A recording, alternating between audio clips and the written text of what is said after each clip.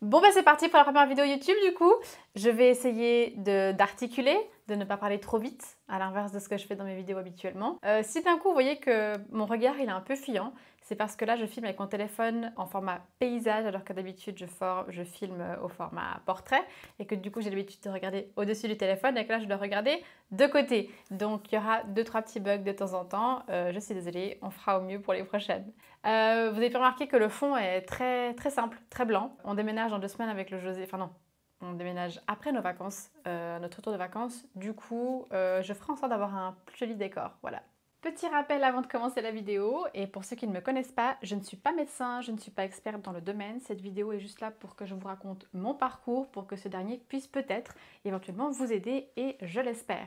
N'attrapez pas ma veste si de temps en temps je dis une petite bêtise, ça peut arriver. J'ai fait cette vidéo très rapidement car beaucoup voulaient des réponses. D'avance, je m'excuse, c'est des bêtises. Il y a 2-3 fois, je me suis surprise. Voilà, cette fois, je vous laisse. Et sinon, eh bien, bienvenue sur ma chaîne YouTube. Si vous ne me connaissez pas, moi c'est MJ, ou pour la plupart qui me connaissent des réseaux, c'est MJ Cruz. Je fais des vidéos humoristiques sur TikTok depuis 2021 et dernièrement j'ai voulu aborder un sujet un peu plus sérieux, d'où le titre de la vidéo. Pourquoi j'ai voulu aborder ce sujet? Parce que c'est un sujet qui me touche directement. Et je ne savais pas comment l'aborder, j'étais un peu gênée de l'aborder, je ne savais pas comment ça allait être reçu sur internet. Et il m'est venu à l'idée d'aborder ce sujet en passant par Karen, un de mes personnages, pour un peu de distance entre moi et mon histoire. Et je me suis rendu compte en fait que ce n'était pas du tout le bon format parce que vous êtes beaucoup à vous être reconnu, mais beaucoup surtout à croire que vous étiez seul alors que pas du tout. Et du coup, vous étiez beaucoup à vouloir une réponse tout de suite. Et je me suis dit que faire plein de petites vidéos sur ce qui s'est passé en 10 ans de vie, c'était pas l'idéal parce que vous alliez être frustré. Et je pouvais pas répondre déjà à vos nombreux commentaires à chaque personne, c'est quoi la cause? Et surtout que la cause, elle est multiple. Moi, il y a peut-être 5 ou 6 causes, peut-être pas autant, mais il y a plein de causes pour lesquelles j'ai des douleurs pendant les rapports. J'ai lu dans les commentaires, il y a plein de causes que je connaissais absolument pas. Et surtout, je voulais pas vous répondre juste les causes, c'est ça, parce qu'en mettant juste les causes, c'est ça, vous alliez être perdu, ça n'allait pas forcément vous aider et vous ne saviez pas forcément quoi faire, vers qui aller, et surtout, il y en a plein, vous allez vous demander, d'accord, tu as ces causes, mais comment est-ce que tu sais que c'est ça? Comment t'y arriver? Donc voilà, avec cette vidéo, le but est de vous raconter mon parcours, mes expériences, et j'espère pouvoir en aider certaines. Voilà, comme je disais, il y a plusieurs causes. Des fois, la réponse, ça peut être A, des fois, la réponse, ce sera AB, des fois, la réponse, ce sera de A à Z, des fois, la réponse, ce sera B, D, G pour certaines. Certaines auront de la chance, avec le premier point que j'ai abordé, ça va vous aider, d'autres, il faudra tout mon parcours. Et d'autres, peut-être que malgré tout en parcours, ce ne sera pas encore votre réponse, mais ça vous mettra peut-être sur des pistes. Il y a des personnes qui, en commentaire, étaient frustrées que je ne réponde pas tout de suite. J'ai senti un peu de haine chez certaines personnes, mais souvent les personnes qui sont, on va pas dire mal intentionnées, mais pas très agréables en commentaire, majoritairement ne sont pas des abonnés. Il y en a une qui m'a carrément dit que je teasais cette vidéo. À aucun moment je veux teaser sur un sujet aussi sérieux, c'est juste que comme je viens de l'expliquer, je ne peux pas vous donner une réponse claire et précise de pourquoi moi j'ai mal pendant les rapports. Voilà, surtout que moi j'ai un truc assez spécifique, mais on va y revenir. Donc voilà, je crois qu'on peut commencer. Le sujet, oui, je regarde parce que j'ai tout écrit sur mon PC et je veux pas me perdre. Plus on fera de vidéos YouTube, plus on prendra l'habitude de mieux gérer la chose. C'est la première, soyez indulgents et indulgentes avec moi s'il vous plaît. Ok, alors du coup on va commencer avec les débuts de mes rapports. C'était à 18 ans, j'avais mon premier copain. Au début de la relation, je prenais une pilule qui était non contraceptive pour mes douleurs menstruelles. Après, je ne la prenais pas non plus de manière régulière, donc peut-être c'est pour ça qu'elle n'était pas très efficace. Mais bref, le premier petit copain est arrivé et du coup, j'ai demandé à ma gynécologue de changer la pilule et de prendre une contraceptive. Les rapports se passaient bien, j'avais pas de douleur, même que, pour vous dire, la première fois, je n'ai rien senti. Quand je vous dis rien, c'est rien, walou, rien du tout. On entend beaucoup, la première fois ça peut être douloureux, la première fois ça fait mal, la première fois si. La première fois chez moi il n'y avait rien, d'accord. J'ai même pas senti qu'il était dedans en fait. Vraiment je sentais rien du tout. Et j'ai une pote à l'époque qui m'avait dit c'est possible que ce soit parce que ton corps n'est pas habitué à ces sensations. Peut-être qu'il lui faut juste un petit moment pour se rendre compte que là-dedans il peut se passer quelque chose et qu'il y a des sensations qui peuvent se faire. Je ne sais pas si c'est ça ou pas, mais il n'empêche que je n'ai pas eu de mal, je n'ai pas eu de saignement. Il m'a fallu 3-4 rapports pour commencer à prendre plaisir. Et après, j'ai même pris beaucoup de plaisir pendant mes rapports à cet âge avec mon premier copain. Et je dirais que c'est au bout de 6 mois que ça a commencé, les problèmes, que les douleurs, elles ont commencé à arriver. Petite parenthèse qui a peut-être un lien avec le pourquoi je n'ai eu aucune douleur lors de mes premiers rapports. Je vous mets une petite image ici qui vous illustre différents types d'hymens qui existent et il est possible que le mien du coup était déjà perforé ou peut-être inexistant, je ne sais pas.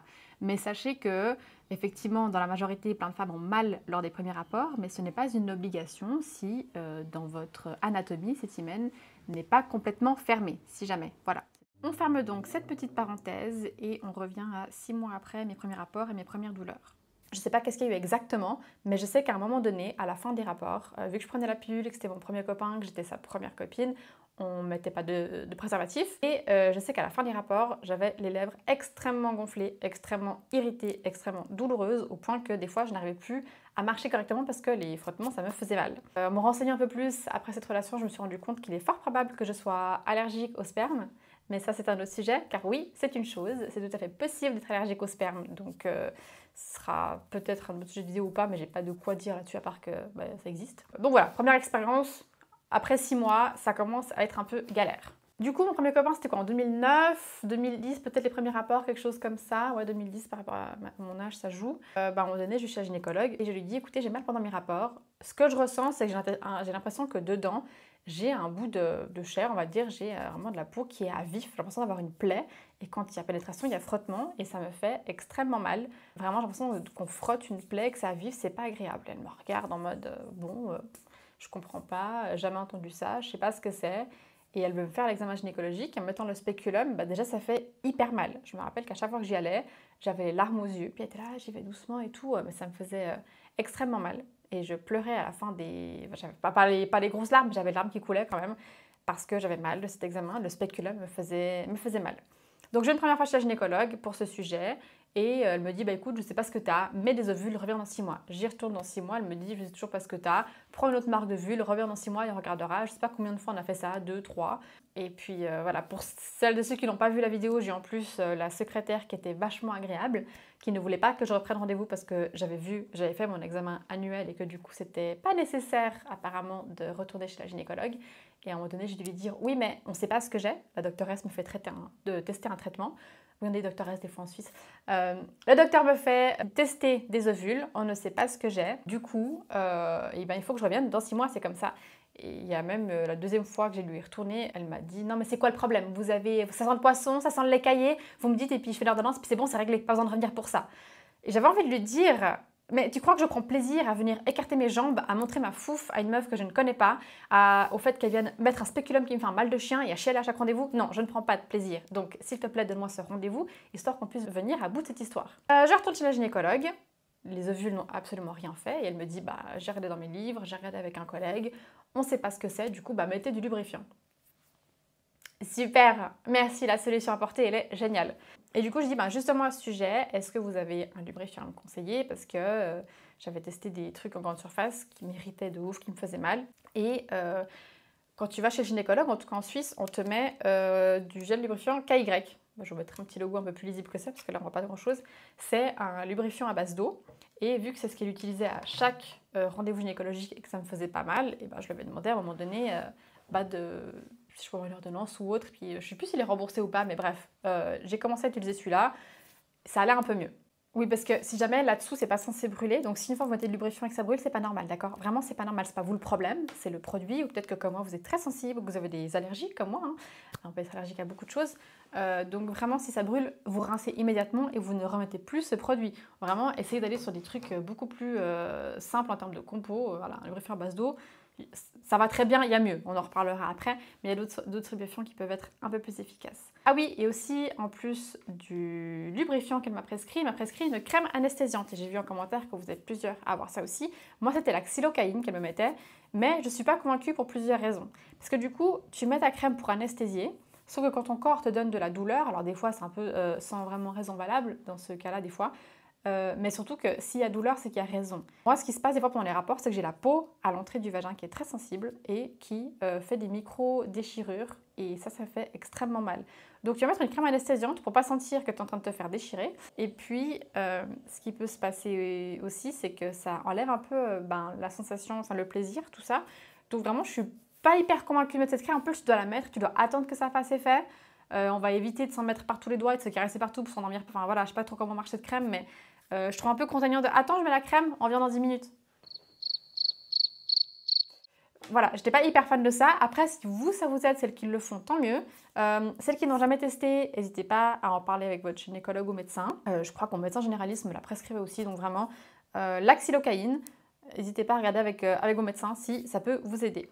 Entre-temps, mi-2011, mon ex me quitte et moi je me retrouve avec toujours des douleurs, des questions et tout. Et puis on discute avec des potes et tout, et j'ai une pote, on décide d'aller dans un sex shop et je décide d'acheter mon premier jouet et de me rendre compte, et je me rends compte en l'utilisant, que tu peux avoir beaucoup de plaisir sans pénétration. Donc déjà, c'était une grande victoire. Ensuite, à peu près 3 ans après, ouais, 2014, je me mets en couple avec un red flag ambulant, mais apparemment le flag n'était pas assez gros parce que je ne l'ai pas vu venir. C'est comme ça, c'est les expériences de la vie. Les rapports étaient, à un moment donné, on recommençait à devenir douloureux parce que ce que j'ai remarqué, c'est que apparemment, les premiers mois de la relation, quand tu as les hormones qui sont en folie, que tout va bien, que l'autre à peine il respire à côté de toi, que tu es en chaleur, et ben du coup, mon corps est plus open et les rapports sont moins douloureux, voire pas du tout. Et à un moment donné, il y a un truc, je sais pas si c'est la routine ou autre, à partir d'une année, les douleurs commencent à être plus présentes et à ne plus partir. Donc avec ce red flag, les rapports sont parfois compliqués et il y a un soir quand même où il veut qu'on ait un rapport et au moment où il allait pénétrer, j'ai dit écoute, j'ai mal, arrête, je le dis plusieurs fois et il n'a pas voulu m'écouter. Il a forcé la pénétration, je l'ai repoussé d'un coup, je me suis mise à pleurer, je me suis tournée de mon côté du lit, j'ai pleuré une bonne partie de la nuit et le lendemain, il m'a engueulée parce que je lui avais tourné le dos et que j'avais boudé toute la nuit et qu'il s'est senti mal parce que je l'ai boudé. Voilà. Voilà. Est-ce qu'il y a besoin de commenter ça? Je ne crois pas. Donc du coup, en gros, un joli petit trauma. Voilà. Pendant cette relation, à un moment donné, je suis allée aux urgences gynécologiques parce que j'ai eu des saignements anormaux hors règle et j'étais sous pilule et j'ai eu peur. Et je me suis sentie très con quand la gynécologue, elle m'a dit « Est-ce que vous avez pris des antibiotiques ?» Effectivement, j'avais pourtant fait des études en biologie et je savais que c'est des choses qui pouvaient arriver. Et bah oui, les antibiotiques et la pilule ne font pas bon ménage. Donc si vous avez la pilule et que vous prenez des antibiotiques, attention, vous pouvez tomber enceinte. Les antibiotiques vont annuler l'effet de votre pilule. Et du coup, je lui avais dit que j'avais super mal et que les spéculums me faisaient mal. Puis elle m'a dit, ah pas de souci. Elle a pris le plus petit spéculum. Je vois comme qu'il était en plastique, celui qu'elle a pris. Elle l'a mis d'une délicatesse incroyable que je n'ai rien ressenti. Et je me suis dit, c'est possible d'avoir un contrôle gynécologique sans souffrir le martyre. Et à partir de là, j'ai toujours demandé au gynécologue s'il pouvait me donner le spéculum le plus petit parce que j'avais super mal. Donc souvent, c'est ce qu'ils font. Donc si jamais, mesdames, c'est une possibilité. De ce que je vois, les gynécologues en France sont pas très sympas, mais ils ont des petits spéculums parce qu'il y a des fois des enfants, des jeunes enfants qui doivent aller parce qu'ils ont aussi des soucis gynécologiques ou autres. Donc ils ont des petits spéculums. Il faut les demander, il faut le dire. Je quitte cette personne charmante et toxique et quelques temps après, je rencontre un garçon avec qui ça va un peu plus loin. Et j'angoisse un peu à l'idée d'aller plus loin avec cette personne parce que je sais que je vais avoir mal et que je ne sais pas comment aborder le sujet parce que t'as un peu honte quand même. Peut-être tu rencontres un gars pour lui dire « Ah, si jamais j'ai mal pendant les rapports, bonne ambiance !» Bonne ambiance. Tu sais pas en fait si la personne elle est bienveillante ou pas, même que tu l'espères. Des fois, les personnes ont l'air bienveillantes mais ne le sont pas. Bref, j'en parle pas. Il y a un jour, voilà, je vais chez lui, ça va plus loin. Et monsieur est très gâté par la nature, voilà, ce qui n'est pas compatible avec les douleurs. Et du coup, j'avais anticipé, j'avais pris du lubrifiant et je lui dis, ah, écoute, on peut juste mettre un peu de lubrifiant, s'il te plaît. Et à mon grand étonnement, ce monsieur qui était un peu plus âgé que moi et infirmier, donc qui devrait avoir des notions un petit peu de, alors, pas forcément gynécologique, mais un peu plus ouvert dans la santé en général, me fait comprendre que lui, jamais il avait besoin de mettre de lubrifiant, aucune de ses partenaires ne lui a jamais demandé et que c'était bizarre de mettre du lubrifiant. Comment me faire sentir comme une grosse caca, hein, franchement on va dire, hein, j'étais vraiment pas à l'aise du tout. On a eu le rapport, j'ai eu mal, mais comme pas possible. J'ai eu tellement mal que j'étais à 2 doigts du malaise. Donc à la fin du rapport, je me suis couchée les jambes en l'air parce que ça allait pas du tout. Et t'es là, ça va, j'étais là, ouais non mais c'est parce que c'était trop bien. J'ai pas assumé. Donc du coup le gars maintenant il croit que c'est un champion, qu'il a failli faire qu'une meuf s'évanouisse tellement c'est bien, alors que pas du tout. J'avais juste extrêmement mal. Voilà, j'étais en train de mourir de douleur. C'était pas génial. Donc si tu passes par là, tu te reconnaîtras ou pas. C'était pas bien, c'était pas ouf, j'avais mal, c'était pas l'écoute. Ok, bref, ça c'est fait. Ah oui, non, Pour ce sujet, on va revenir sur un truc. Je voulais faire cette parenthèse avec ce partenaire pour parler du lubrifiant qui est très important. Alors oui, souvent on va dire « Ah mais j'ai entendu des hommes dire les femmes quand elles sont plus âgées, c'est beaucoup plus sec, c'est moins agréable, blablabla. » Effectivement, avec l'âge peut venir la sécheresse vaginale. Mais c'est pas parce que vous avez 18 ans que vous devez produire de la lubrification naturelle comme une fontaine de jouvence, ok? Ça veut absolument rien dire, mais c'est pas grave, c'est pas ce que je voulais dire. Comme les chutes du Niagara, c'est plutôt ça. Vous pouvez être jeune et avoir besoin de mettre du lubrifiant et c'est même conseillé de toujours mettre du lubrifiant. Ça va éviter des irritations, ça va éviter des douleurs. Si un garçon ne veut pas mettre de lubrifiant, eh ben vous en mettrez, c'est tout. C'est bien d'en avoir toujours une petite bouteille avec vous ou autre. Voilà, on peut en plus avoir des problèmes de lubrification, qu'on soit jeune ou pas.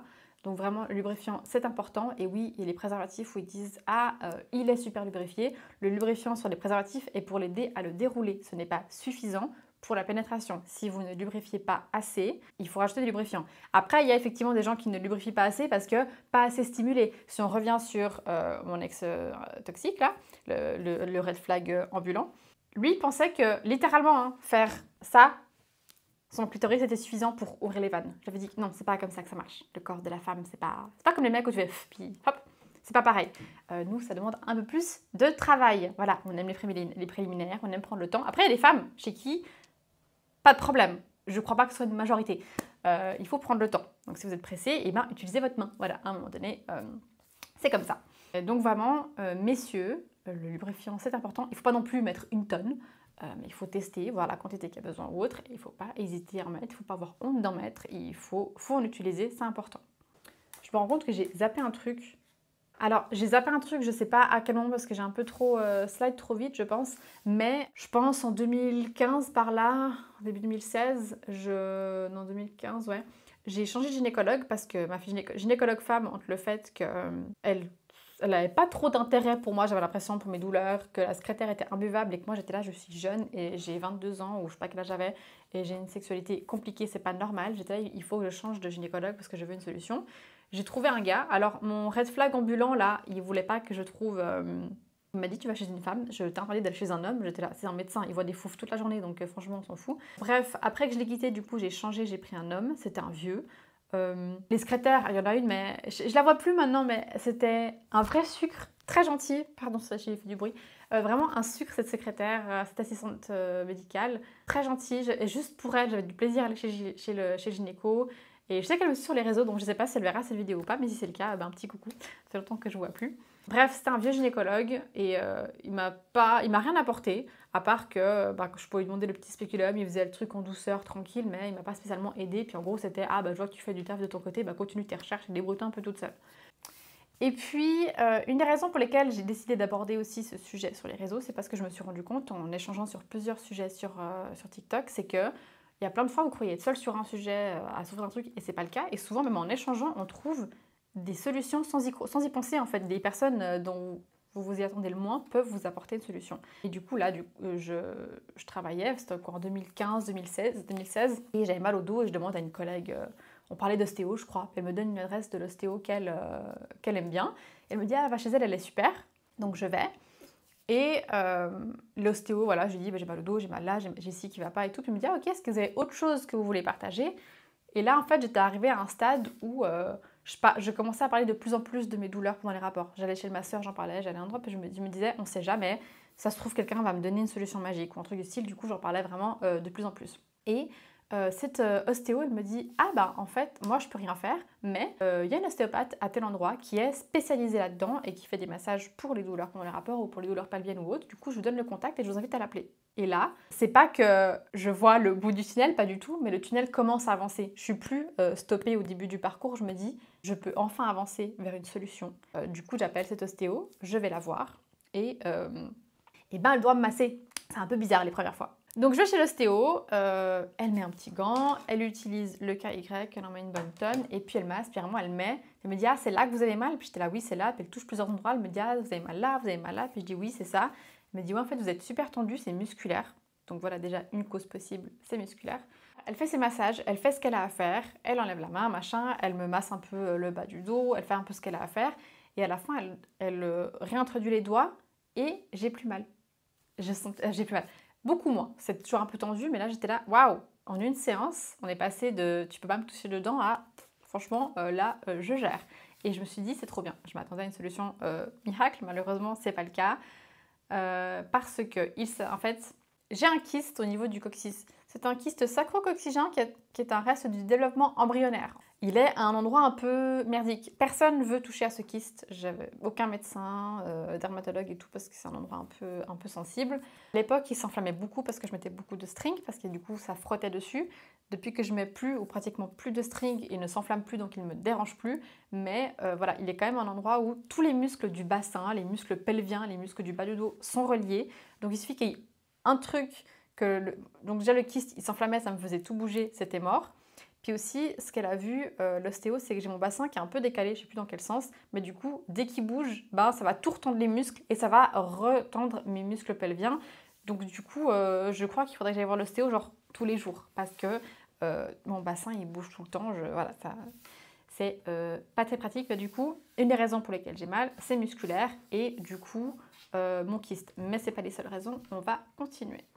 Un jour, je vais voir mon médecin généraliste, je lui parle de ça, puis j'ai dit je vais aller voir une ostéo. Puis du coup, je profite aussi de faire ça, c'est que dès que je vais voir un nouveau médecin, un nouveau machin, je parle de cette ostéo parce que je me dis il faut absolument que les gens sachent que ça existe. Ma doctoresse, elle est là, trop bien, elle prend note du nom de l'ostéo. Elle me dit ah oui, mais c'est des dyspareunies ça.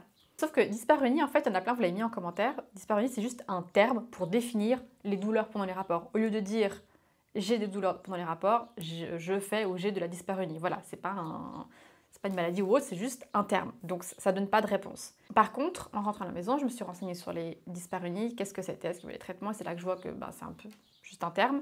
Et je tombe sur le vaginisme. Et là, vous êtes plusieurs à en avoir parlé en commentaire. Et le vaginisme, je vais vous donner la description que j'ai trouvée. Le vaginisme est un trouble de la pénétration caractérisé par une contraction involontaire des muscles du périnée.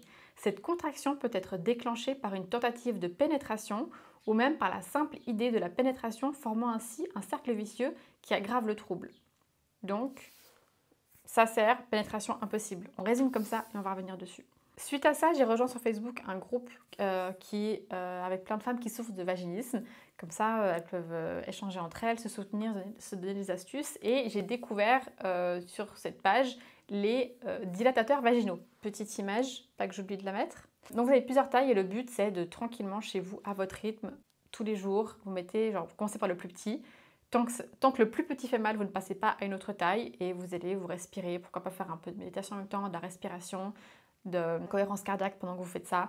Tranquillement, dans votre truc, dans votre bulle, vous mettez et si vous voyez que le petit passe, là vous passez au suivant, les jours. Voilà, pas le même jour, pas forcément, faut pas forcer non plus, mais il ne faut pas hésiter, voilà. Petit à petit, vous augmentez et sinon, ils expliquent sur les sites qui les vendent. Vous pouvez en parler à votre gynécologue. Voilà, mon gynécologue était au courant, il connaissait ça. J'ai jamais acheté parce que pour moi, je crois pas que ce soit... je suis pas contractée au point que le tout petit passe pas. Mais c'est vrai qu'une des autres tailles aurait pu aider, mais j'ai pas commandé. Voilà, j'ai pas commandé. J'aurais pu commander. J'étais en train de faire le montage et je vois que je bug beaucoup à ce moment-là parce qu'en fait j'ai oublié la raison du pourquoi j'ai jamais acheté ces dilatateurs. La raison est simple, elle m'est revenue à l'instant, c'est que j'étais étudiante et que je crois qu'à ce moment-là, quand j'ai arrêté, ça coûtait un peu cher pour un petit salaire. Donc c'est pour ça que j'ai jamais investi dedans tout simplement, puis entre-temps ça m'est sorti de la tête. Voilà. Entre-temps, donc là on est 2015-2016 par là, il y a Enora, Malagré, je crois qu'elle s'appelle, qui parle d'endométriose. Et petit à petit, les langues se délient au niveau de l'endométriose. De plus en plus de gens en parlent. Je me renseigne sur le sujet parce que, pour celles qui le savent, j'ai des règles extrêmement douloureuses. Et du coup, je décide de contacter le CHUV parce qu'il y avait une fille que je connais, elle m'a dit « Ah, moi, je suis allée au CHUV, j'ai vu un expert en endométriose, ou elle était à Genève, je sais plus où est-ce qu'elle était allée. » Bref, moi, je regarde sur le CHUV, ils ont un expert là-dedans. Je prends contact, je prends rendez-vous. Le jour du rendez-vous, j'entends avec une femme. J'étais là... Après, je me suis dit, ça se trouve, le gars est tellement occupé qu'il y a d'autres personnes qui font le même boulot que lui. Et du coup, voilà. J'ai dit à la femme, je veux savoir si j'ai de l'endométriose ou pas parce que j'ai des douleurs extrêmement fortes pendant les règles. J'ai mal pendant les rapports. Plein de trucs comme ça. Elle me dit, ouais, mais en fait, on n'aime pas trop poser ce diagnostic. En fait, on n'aime pas trop poser le diagnostic d'endométriose parce qu'on ne connaît pas encore trop cette maladie. Mais si vous voulez, on peut faire genre une IRM et puis je vous fais l'ultrason intérieur et tout. J'ai dit, oui, on va faire. Donc on a fait l'ultrason, on a fait l'IRM, il n'y avait rien. Et la troisième étape, c'est qu'elle m'a envoyé voir une sexologue. Du coup, j'ai voir une sexologue. Et c'est là que je trouve important de parler de la sexologue, c'est parce qu'il y a plein de femmes dans les commentaires, vos médecins ils vous ont dit c'est dans votre tête, c'est psychologique et tout. Alors, les gens qui s'arrêtent à c'est dans votre tête, déjà, il ne faudrait pas dire c'est dans votre tête, mais pour tous les médecins qui vous ont dit c'est psychologique et qui vous ont laissé avec ça, ils n'ont pas fait leur boulot, pardon. Parce que, en fait, quand on dit que c'est psychologique, c'est pas que c'est dans votre tête et que vous imaginez ça. C'est un peu plus compliqué et je vais essayer de l'expliquer correctement. Quand on vous dit c'est psychologique, en fait, ça peut venir de plein de choses, selon comment vous avez été élevé. Comment l'image du sexe dans votre culture, dans votre famille, dans votre religion, tout ça, ça peut avoir un impact. Les femmes et les hommes, on n'est pas élevés de la même manière face à ça, c'est pas un secret. Les femmes, en tout cas moi et les filles de génération, c'était faut surtout pas tomber enceinte, faut voilà, vraiment c'est attention le sexe, attention faut pas tomber enceinte. Et moi j'ai grandi dans un foyer où j'ai beaucoup entendu le sexe c'est mal, le sexe c'est sale, le sel c'est dégueu, le sel c'est dégoûtant, le sexe pas le sel, le sexe c'est dégoûtant, ça donne envie de vomir, des choses comme ça. Donc du coup, tu as déjà une image très négative des rapports, avec une image négative des femmes qui prennent du plaisir, des femmes qui s'épanouissent dans leur sexualité. Et tout ça, sans que tu le maîtrises, ça va mettre un frein à ta sexualité. Parce que tu vas t'en vouloir, de prendre du plaisir, tu vas t'en vouloir d'avoir des rapports. Tu vas t'en vouloir d'avoir des rapports avant le mariage, avant ci, avant ça. C'est plein de choses, en fait, ta tête, elle travaille, et des fois sans que tu t'en rendes compte. Et du coup, ce qui est important quand on va voir une sexologue, c'est qu'elle va déjà s'assurer que tu as une bonne vision de la sexualité et que tu as une bonne vision de ton organe reproducteur. Parce que si pour toi, tu t'imagines que l'entrée de ton vagin est un tout petit trou tout serré et que rien ne passe, forcément, au moment du rapport, quand tu vois le sexe de ton partenaire, tu vas dire ça passera jamais et ça va se contracter et tu auras mal. Donc elle va s'assurer que tu as une bonne vision des choses, que tu te rends compte de comment est fait ton vagin. Et c'est pour ça que c'est important aussi à un moment donné, si tu n'as aucune éducation là-dessus ou que tu n'es pas sûr, tu prends un miroir, tu te regardes. Tu regardes comment tu es, tu regardes ton clitoris, tu regardes comment sont faites les choses, comment tu es faite tout simplement. Et il ne faut pas oublier que le vagin, ça reste, je crois, un muscle, si je ne me trompe pas. Mais en tout cas, voilà, il y a un bébé qui passe à un moment donné. Donc un pénis, c'est censé rentrer, d'accord? Parce qu'un bébé qui sort de là. Donc voilà. C'est un muscle que tu peux travailler, déjà en le contractant tous les jours, vraiment pour le muscle du périnée. Et puis, il faut l'aimer. Je pense qu'il faut juste qu'on apprenne à s'aimer parce que les femmes, on n'apprend pas à s'aimer, on ne nous apprend pas à nous aimer. La société nous apprend à nous détester entre nous et tout ça. Et je pense que c'est important de t'aimer en tant que femme et d'assumer ta féminité, d'assumer que ta sexualité, tout ça. Et c'est des choses qu'en tant que femme, on a plus de mal à faire. Et je pense qu'on est beaucoup plus encore que celles qui ont commenté à souffrir de dyspareunie, du coup, pour mettre le terme. Donc voilà, quand on vous dit psychologique, c'est tout ça. S'il y a une mauvaise croyance ou une peur ou autre, ça va avoir une incidence là-dessus. Ah oui, et il y a aussi un autre aspect psychologique, c'est que quand tu as déjà mal pendant un rapport, tu dis « Ah non, je vais avoir mal », tu te crispes en anticipation et du coup, tu as mal par anticipation et du coup, le rapport passe pas. C'est pour ça que les préliminaires sont très importants pour être sûr de se détendre, pour être sûr d'être à l'aise. C'est important d'être avec un partenaire avec qui tu te sens à l'aise. C'est important de discuter avec ton partenaire parce que s'il y a quoi que ce soit qui joue pas, tu vas être dans la crispation et du coup, ça passera pas. Ah oui, et pour la sexologue, on peut aussi aller en couple. Parce que monsieur peut aussi avoir des astuces ou des peurs. Peut-être que lui aussi, il veut communiquer des choses à la sexologue parce qu'il a des questions ou autres. Un bon couple, c'est une bonne communication. Il ne faut pas hésiter à faire des choses ensemble si nécessaire. Après la sexologue, j'ai aussi fait de la physiothérapie. Je crois que vous dites kiné en France. J'ai fait de la physio et elle m'a fait repartir à la maison avec un petit livret avec des exercices à faire moi-même, des petits massages à faire et puis à faire avec une crème Aven, l'Aven Cicalfate. Vraiment à utiliser et puis voilà, avec plein de petits massages et d'exercices à faire. Je n'ai plus le petit livret, je ne sais pas où je l'ai mis avec les déménagements et tout. Mais de toute façon, je ne l'aurais pas partagé parce que c'est ce qu'elle m'a conseillé pour moi, pour ce que j'aime. Mais je ne sais pas ce que vous avez et je ne vais pas vous conseiller de faire quelque chose qui n'est pas adapté à ce que vous avez. Mais si c'est musculaire, vous pouvez très bien prendre un peu de crème à veine et juste mettre un doigt et gentiment masser, appuyer délicatement dans les zones qui sont un peu tendues et tout. Vous pouvez faire un peu de ça. Mais du coup, elle m'a conseillé la crème à veine. Et puis, à la fin des exercices, si c'était trop tendu, de mettre les petits packs bleus de glace là, pour calmer un peu. Et même après les rapports, vous pouvez le faire. Il ne faut juste pas les mettre directement sur la peau. Avant de finir ces séances de physio, juste avant la fin, je quitte mon copain de l'époque. Pas par rapport à ça, mais de ce côté-là, c'est vrai que ça allait pas trop parce qu'à la fin des rapports, j'avais mal. Et je pleurais parce que je m'en voulais d'être dans cette situation. Je m'en voulais d'être triste. Je m'en voulais d'être jeune et d'avoir mal pendant les rapports. J'étais en colère contre moi alors que c'est pas de ma faute, mais contre la situation, j'en voulais au monde. Et du coup, je pleurais à faire les rapports et je m'attendais à avoir un peu de réconfort de la part de mon compagnon de l'époque, un peu d'écoute. Et en fait, lui, il se braquait et il tirait la gueule quelques heures ou quelques jours, et du coup ça mettait pas la bonne ambiance et ça me mettait pas en confiance pour recommencer les rapports, et lui non plus en fait, parce que du coup il avait mal de me faire mal, il avait peur de me faire mal, moi j'avais peur de pleurer, d'avoir mal, et du coup c'est un cercle vicieux. La communication c'est important. Si vous avez une partenaire qui a mal pendant les rapports, il faut être là, il faut être à l'écoute, il faut être patient. Vraiment, la patience, l'écoute, aimez votre partenaire, d'accord? Si vous la voulez juste pour vous vider, changez, d'accord? Utilisez votre main droite, ou il y a des dames que vous pouvez payer pour ça, il n'y a pas de problème. Si vous êtes quelqu'un qui a mal et que vous n'êtes pas là pour la soutenir, vous n'êtes pas un bon partenaire, c'est tout. Ce n'est pas de votre faute, à moins que vous êtes ce genre d'homme. Je dis vous, mais je pense que le genre d'homme concerné par cette vidéo n'est pas là, d'accord? Mais si c'est le genre d'homme qui demande à la femme d'aller chez le gynécologue alors que c'est lui le problème, parce qu'il a une MST, il a une infection ou je ne sais quoi, et que du coup, des fois, ce sont ces choses qui peuvent donner des douleurs aux dames, ce sont eux le problème. Mesdames, n'ayez pas honte, d'accord? À un moment donné, il faut aussi, des fois, légèreté et puis croire un peu plus en soi. Ces massages que je faisais au début, quand j'ai fait la physio, je les faisais très régulièrement. Et du coup, j'avais quitté mon ex et j'avais plus personne pour savoir si c'était efficace ou pas, si la physio avait marché. Et du coup, il y a un gars avec qui le feeling est passé, on a été plus loin. Et alors, lui du coup, il était... Comment dire? Il faut pas que je sois méchante, mais il avait pas le gabarit, il avait un gabarit un peu moins avantageux que certains. Et du coup, j'ai remarqué que c'est vraiment pas un problème du coup de taille, mes douleurs, parce que c'est vraiment le problème de frottement. Du coup, je l'ai vu 2 fois, je me suis dit, bon, les douleurs, elles passent pas, donc du coup, c'est pas ça, il faut que je fasse autre chose. La physio n'était pas complètement la solution, je pense qu'il y a du mental aussi. Et là, sur ce coup, ça ne m'étonnerait pas qu'il y ait un peu de mental de mon côté, du style, je suis en train de voir un gars que pour ça, c'est mal. Vous faites ce que vous voulez, mesdames, d'accord? Faut pas vous mettre ça en tête, mais je pense qu'il y a eu un peu de ça. Je m'en voulais un peu de kiffer un peu ma life de célibataire, et c'est possible que psychologiquement, ça m'a aussi un peu freinée.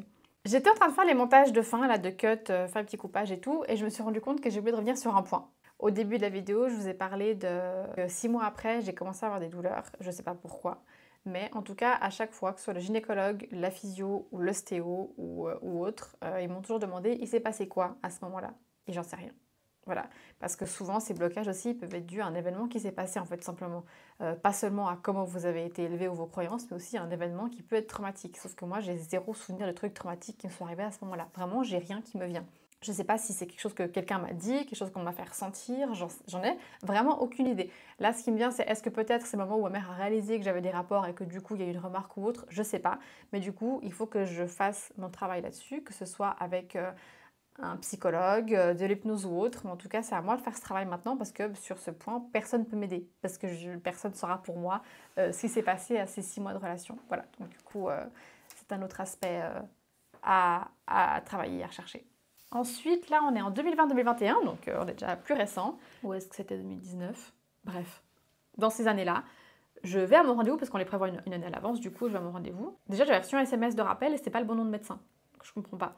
Et j'arrive et je demande à la secrétaire, je m'excuse, mais ça a changé. Elle me dit, ah oui, on vous a pas prévenu? J'ai dit, non, moi je suis venue il y a un an, c'était encore lui, là j'ai reçu le SMS hier, on me dit que c'est un autre médecin, je comprends pas. Et du coup, j'ai un peu peur, je me dis, j'espère que c'est un bon gars. Et ben franchement, très bon gars, très bon gars, super à l'écoute. Mes premiers rendez-vous avec lui, j'ai pleuré tellement j'étais émue, pour vous dire, du respect et de l'écoute qu'il m'a donné. Et du coup, j'ai son nouveau gynéco, je lui raconte mon parcours, puis bah, il est en mode, bah c'est bien, t'as bien fait ton taf. Non, on va essayer d'avancer ensemble, quoi. Et du coup, ensemble, on cherche des solutions. Déjà par rapport à mes règles qui sont extrêmement douloureuses et par rapport à mes douleurs pendant les rapports. Il m'a même proposé au tout début, quand je l'ai vu la première fois ou la deuxième, si je voulais aller avec mon copain pour qu'on en discute un peu tous ensemble. On l'a pas fait parce que j'ai pas ressenti que c'était le truc à faire, parce que mon copain il est quand même très à l'écoute.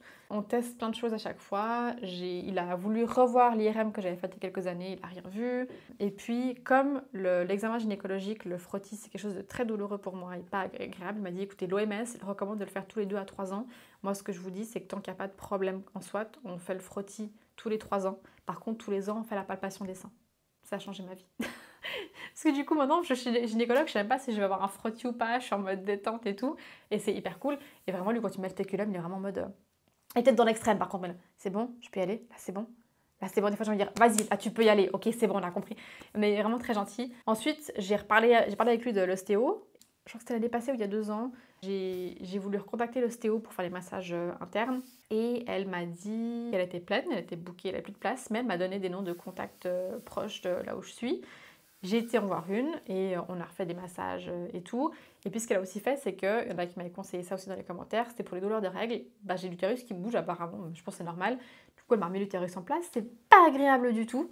Et puis elle a fait les massages parce que je suis tendue et tout. Ah oui, l'ostéopathe m'a aussi conseillé de consommer par voie orale de l'huile de tournesol de la marque Vijan. Une cuillère à soupe le matin, une cuillère à soupe le soir. Je crois que je faisais ça à jeun ou peut-être après le verre d'eau quand même.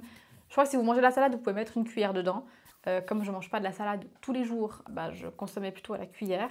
Mais ça va vous hydrater de l'intérieur en fait. Et du coup, bah, ça peut aider à l'hydratation et à apaiser les irritations. Parce que comme je vous ai dit, moi pour le rapport, ce qui me fait mal aussi, c'est que je pense que j'ai la peau ultra sèche et pas très élastique en fait. C'est peut-être ça aussi qui fait que j'ai des micro-coupures. Et du coup, l'huile de tournesol pour aider à hydrater un peu et donner un peu d'élasticité. J'ai pas l'impression que ça m'ait beaucoup aidé. Après, j'ai pas non plus fini la bouteille. Et on est parti voyager avant de finir la bouteille. J'allais pas prendre ma bouteille d'huile de tournesol en verre au Mexique, en République dominicaine. C'est un peu encombrant et pas très pratique. Et si elle se pète, bah, t'es pas très content. Donc voilà, j'ai pas non plus fini le traitement jusqu'au bout. Il faudrait peut-être que je la reprenne maintenant qu'on est rentré.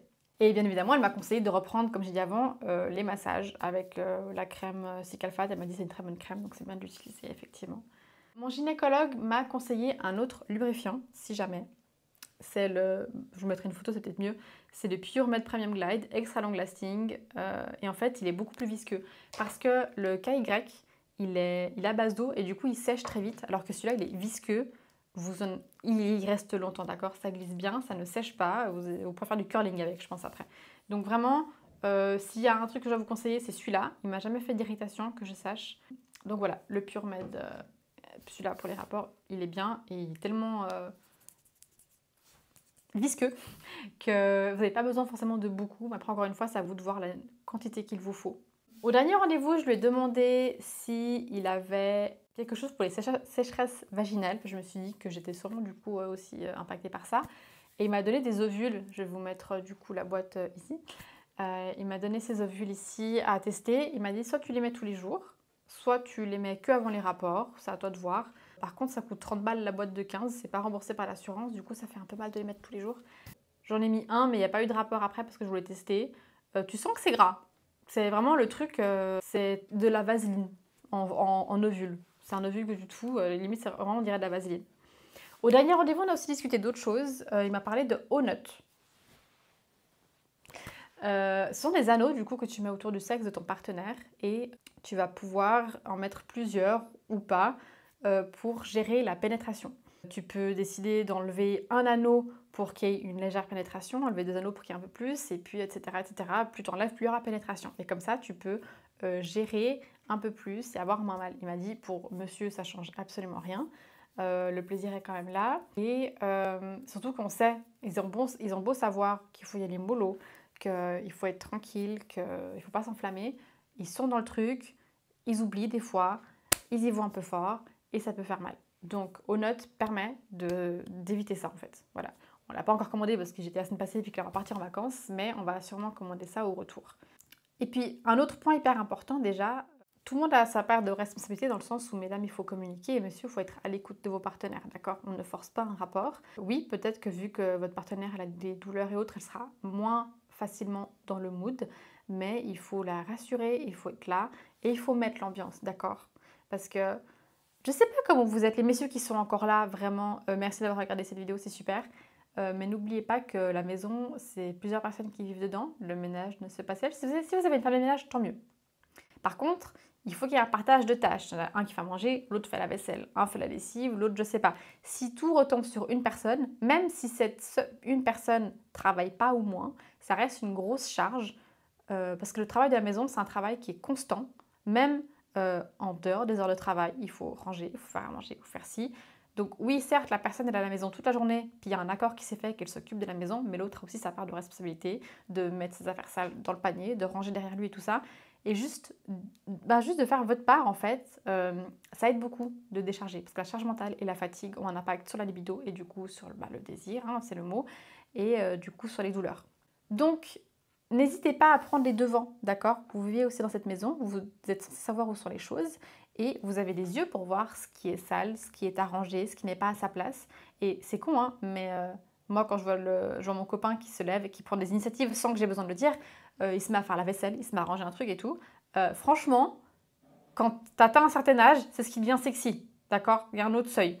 Juste faites les choses. Et juste de voir ça, tu as ta charge qui descend, tu es moins tendu et tu souffles. Là, il y a de la place pour un bon petit mood du coup.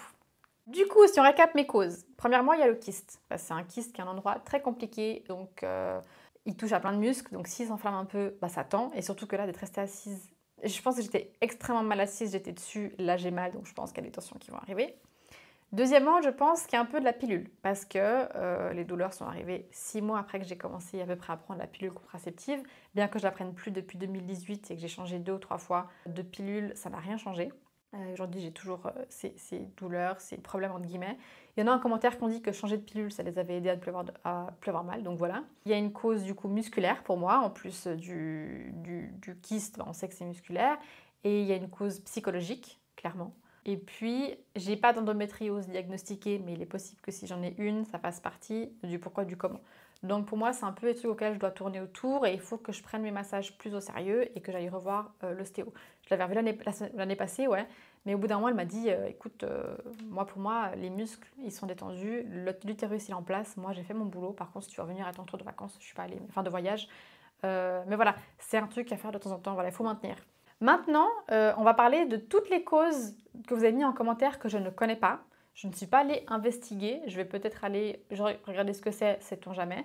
Mais je n'ai pas investigué, donc je vous les pose là. Et vous en faites ce que vous voulez, si vous voulez chercher là-dessus ou en parler à votre gynécologue ou à votre médecin, ok? Le seul truc qui m'a dérangé, c'est les personnes qui disaient « Ah, c'est ça !»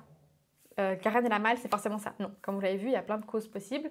Et c'est une raison pour lesquelles je ne pouvais pas répondre aux commentaires en vous disant « Ah, la cause, c'est ça ». Parce que même moi, la cause, je ne la connais pas encore. Ça se trouve, la cause, c'est qu'un des trucs qui me sont arrivés. Je ne sais pas, là j'ai encore mal. Mais le musculaire, c'est, je pense, le point principal de mon côté. Donc, on y va. Il y en a qui ont parlé de douleur du vestibule. Aucune idée. Et du coup, ensuite, j'ai eu la vestibulodynie. Vestibulodynie. Je vais les écrire, ce sera plus simple. Ensuite, il y a eu le périnée trop tonique, donc effectivement musculaire, trop serré. Donc c'est, du coup, je pense que ça rejoint le vaginisme. Il y a une personne qui a eu une cicatrice suite à une hystérotomie. Petit aparté à nouveau parce que, en fait, j'ai confondu ici hystérotomie et hystérectomie. Donc du coup, j'avais donné la mauvaise définition. Mais ici, la personne nous parle de hystérotomie et qui est une incision de l'utérus lors de la césarienne, alors que l'hystérectomie est une ablation de l'utérus, donc pas du tout la même chose. Donc ici, la personne nous parle de l'incision suite à la césarienne, et du coup, ces douleurs viennent depuis cette césarienne, j'imagine. Le truc le plus triste, c'est le point du mari. Pour celles qui ne connaissent pas, c'est quand tu accouches et que tu es déchiré du vagin à l'anus, on doit te recoudre. Il y en a qui font un point de plus pour serrer ton vagin, pour que ton mari ait plus de sensations pendant les rapports et qu'il prenne plus de plaisir. Mais on ne demande pas ton avis. Voilà, donc ça c'est le point du mari. Du coup, je le souhaite à personne. Il y a une infection ou une inflammation d'une glande de Bartholin. Vraiment, je vous laisse noter et faire vos recherches. L'endométriose. Il y en a qui ont parlé de la pilule, qu'en changeant ça allait mieux. Il y en a qui ont parlé de lichen scléreux, donc un champignon, je crois. Eh ben non, MJ, un lichen scléreux n'a rien à voir avec un champignon. Je ne sais pas pourquoi tu as fait un lien entre lichen et champignon. Non, non, c'est en fait une modification de la peau et de la muqueuse de la vulve qui sont parfois source de démangeaisons importantes. Voilà. La névralgie pudendale, est-ce que je l'ai bien écrit? Pudendale, je l'écrirai juste. L'utérus rétroversé, j'ai écrit n'importe comment. L'utérus rétroversé, donc l'utérus qui est tourné. La une, c'était une allergie aux produits hygiéniques. Et d'ailleurs, en abordant ce sujet, s'il vous plaît, n'achetez pas. Déjà, n'utilisez pas de produits parfumés dans vos parties intimes. Et n'utilisez pas ces déos à parties intimes. Qui a inventé ça? Non mais, c'est hyper chimique, c'est pas bon du tout. Votre flore vaginale, elle est très sensible, elle n'aime pas les parfums, elle n'aime pas ce qui vient déranger tout ça. Techniquement, il faudrait même laver avec juste de l'eau un peu tiède, juste frotter un peu. Alors il y en a qui vont dire ouais mais les odeurs et tout, alors effectivement on est toutes différentes. Déjà les odeurs corporelles ont un rapport avec l'alimentation. Donc plus vous allez manger de fast-food, de tout ça, trucs comme ça, plus il y a de chances que vous ayez des odeurs fortes déjà. Mais si vraiment vous voulez utiliser un savon, allez en pharmacie prendre un savon adapté à cette zone-là, un truc qui sera sans parfum, d'accord? Et sinon, ayez une lavette juste pour cette zone que vous changez tous les 2-3 jours pour des raisons d'hygiène. Et vous frottez délicatement un peu d'eau tiède, vous frottez délicatement, voilà, les lèvres, et puis autour, vous frottez là où vous avez transpiré ou autre. Les poils aussi, ça retient les odeurs. Je vous dis pas qu'il faut vous épiler, hein, ça vous faites ce que vous voulez, mais on sait que les poils, ça retient un peu plus les odeurs, donc pourquoi pas juste genre couper un peu, histoire qu'il y en ait un peu moins ou autre. Il y en a qui ont parlé d'eczéma, voilà, de l'eczéma là-dessous, d'où l'importance des protections pendant les rapports. Je ne sais pas si ça peut se refiler ou pas, mais on va pas tester. La fibromyalgie, je ne savais pas qu'à ce niveau-là, ça pouvait être impacté aussi. Congestion pelvienne. Il y en a plusieurs qui ont dit « j'ai quitté mon partenaire, ça va mieux ». Je ne dis pas que c'est votre solution, attention. Mais si vous êtes dans une relation où ça va pas, ça peut être la solution. Et sinon, il y en a une qui a dit qu'elle a quitté son partenaire et que ça allait mieux après parce qu'elle avait fait un blocage émotionnel. Voilà. Il y a le SOPK, dont tout le monde parle, un kyste. Et puis, quelqu'un a dit qu'il faut demander à son dermato ou à son gynéco de faire une biopsie. Voilà. Et sinon, quelqu'un qui conseille du lubrifiant au CBD. Donc ça, c'est tout ce qui a été mis en commentaire. Ce sont des choses pour lesquelles, en tout cas pour l'instant, je ne suis pas impactée, concernée. Donc, j'ai pas été regardée. Et surtout que je voulais faire cette vidéo assez rapidement parce que vous étiez plusieurs à avoir besoin de réponses. J'ai vu aussi dans les commentaires que vous êtes beaucoup à ne plus vouloir aller chez le gynécologue. Ouais, avoir peur en fait du gynécologue parce qu'il y en a, il faut le dire, c'est des personnes pas très gentilles. Parce que vous subissez des violences. J'ai l'impression qu'en France, il y a beaucoup de violences gynécologiques. En Suisse peut-être, j'y ai heureusement pas été mise face de la manière dont j'entends les trucs. Alors oui, ma première gynécologue m'a un peu laissée dans le déni, enfin toute seule, c'est une sorte de négligence. Mais j'ai pas eu de violence physique ou verbale. C'est important de checker votre utérus, que tout aille bien. C'est important de checker tout ça. Donc trouver un bon gynécologue, c'est facile à dire, je sais. Il y en a plein, vous dites que vous voyez une sage-femme. Je ne sais pas si on peut faire ça en Suisse, de voir une sage-femme et pas un gynécologue. Pour moi, les sages-femmes, c'est que les femmes enceintes qui peuvent les voir. Peut-être que je me trompe complètement, parce que j'ai jamais fait de recherche là-dessus. Mais du coup, en France, n'hésitez pas du coup à voir des sages-femmes si ça peut vous aider. Mais c'est important de vérifier tout ça. Et c'est pas parce que vous êtes tombé sur une mauvaise personne qu'ils sont tous méchants, même si je sais c'est facile à dire. Et que malheureusement, des fois, vous êtes peut-être en enchaîné 3, peut-être plus ou moins, je vous le souhaite, de méchants ou de pas adaptés. Mais dans les commentaires, vous êtes beaucoup aidés. N'hésitez pas ici, sous cette vidéo, à donner des astuces, à vous aider. Vraiment, ce serait super que vous puissiez vous aider les unes les autres. Voilà. Et en dehors du contrôle du frottis, c'est important aussi de vérifier les seins. Parce que moi, perso, j'ai peur de palper les seins parce que j'ai peur de tomber sur un truc. C'est bête, hein. Mais du coup, tous les ans, je vais chez gynéco. Puis c'est vrai que si je sens un truc un peu bizarre, j'appelle. Mais j'ai fait une mammographie il n'y a pas longtemps. Il n'y a rien. J'ai des petits kystes, mais rien de grave. Mais voilà, j'espère que cette vidéo vous a aidé à vous sentir moins seul. J'espère que pour certaines, ça vous a amené une réponse, peut-être une solution. N'hésitez pas à me le dire si d'un coup, grâce à moi, ça va mieux. N'hésitez pas à parler autour de vous de cette problématique. J'ai envie de dire partager, oui et non, faites ce que vous voulez, mais dans le sens où cette vidéo peut aider plus de gens que ce que vous pensez. Il y a des hommes qui regardent cette vidéo parce que leur partenaire est concerné et que les deux sont perdus. Donc bravo aux hommes qui sont sur cette vidéo, je vous félicite, merci beaucoup. C'est un peu bête de dire je vous félicite, c'est genre ah bravo, mais vraiment... je suis confrontée à j'avais peur en fait d'être confrontée à des gens qui me disent oh tu nous saoules avec ta vidéo, alors il y en a eu quelques-uns, voilà, c'est les risques d'internet. Mais vraiment, bravo à vous les hommes de faire ce pas en avant, parce que peut-être que votre femme n'aurait jamais osé. Et peut-être que grâce à vous et à cette vidéo, vous allez trouver une solution. Mais voilà, dans tous les cas, ce qui est important, c'est de communiquer entre vous, de soutenir votre partenaire, d'aller mollo, de prendre votre temps. Les préliminaires, c'est important. Diminuer la charge mentale, diminuer la fatigue. Après, je sais que quand on a des enfants et tout, c'est un peu différent. Mais voilà, beaucoup de bienveillance. N'hésitez pas à demander de l'aide, quel que soit. Si vous avez besoin de babysitting, si vous avez besoin d'autres. Ah, ça fait 1 heure que je fais la vidéo, il y a le coucou.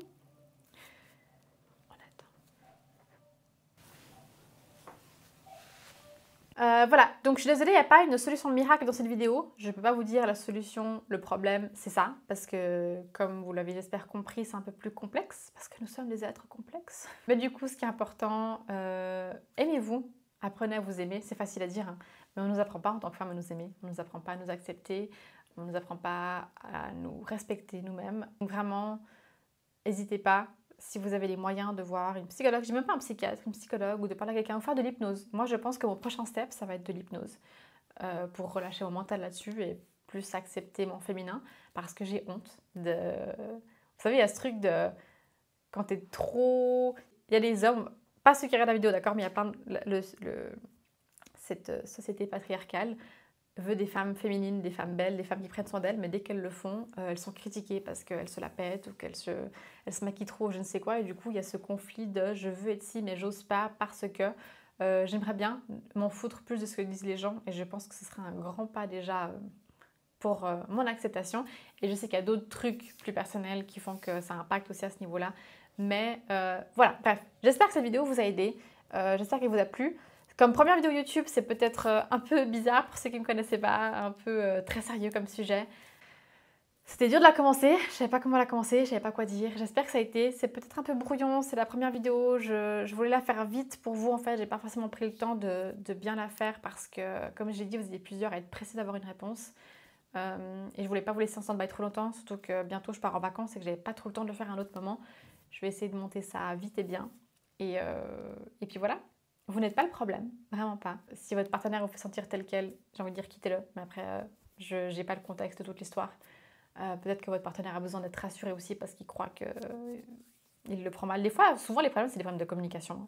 On n'a pas appris à communiquer, on communique mal, on a beau parler la même langue, on ne se comprend pas. Vraiment, une communication, c'est important. Donc voilà, merci beaucoup. J'espère que ça vous a plu, j'espère que ça vous a éclairé sur certains problèmes. N'hésitez pas, comme je vous l'ai dit, à échanger en commentaire parce que vous pourrez, c'est nouveau ça, vous pourrez apporter la lumière pour certaines femmes, peut-être certains hommes aussi. Tout le monde est concerné, les jeunes comme les vieux. Les jeunes, vous êtes bientôt, ceux qui sont bientôt dans la vie sexuelle, vous risquez d'être les jeunes hommes face à des femmes qui ont des douleurs. Il faut être gentil, il faut les écouter, elles ne sont pas anormales, ce sont des choses qui arrivent. Et mesdames, n'ayez pas peur de communiquer ouvertement. Et si messieurs, si votre partenaire ou votre plan, il se braque ou qu'il faut passer pour une folle, partez. D'accord? Vous n'êtes pas folle, vous êtes normale, vous n'avez pas de problème. Enfin, si, mais vous avez compris. Merci beaucoup et puis à bientôt. Merci beaucoup d'être resté au bout de cette première et longue vidéo. J'espère qu'elle a pu t'aider ou qu'elle aidera tes proches si c'est ça que tu cherches dans cette vidéo. N'hésite pas à liker la vidéo, à commenter, pourquoi pas la partager et surtout, abonne-toi. Bye!